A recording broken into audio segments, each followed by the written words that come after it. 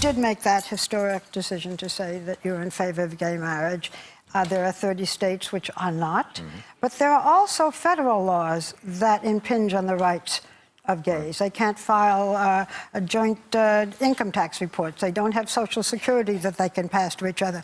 Will you now fight for a federal bill that gives the same rights to heterosexuals that the federal bill now does not give to gays? Well, keep in mind that on issues like Social Security, for example, a lot of this has to do with what's called the Defense of Marriage Act, DOMA.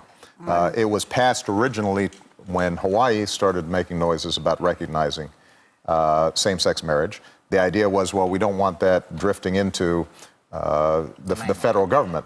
And this is part of the reason why my Justice Department has said to the courts, we don't think the Defense of Marriage Act is constitutional. This is something that historically had been determined at the state level. And part of my believing ultimately that civil unions weren't sufficient, and I'd been a long-time supporter of civil unions for same-sex couples, was partly because of the issue of Social Security benefits or other laws, estate taxes, things like that.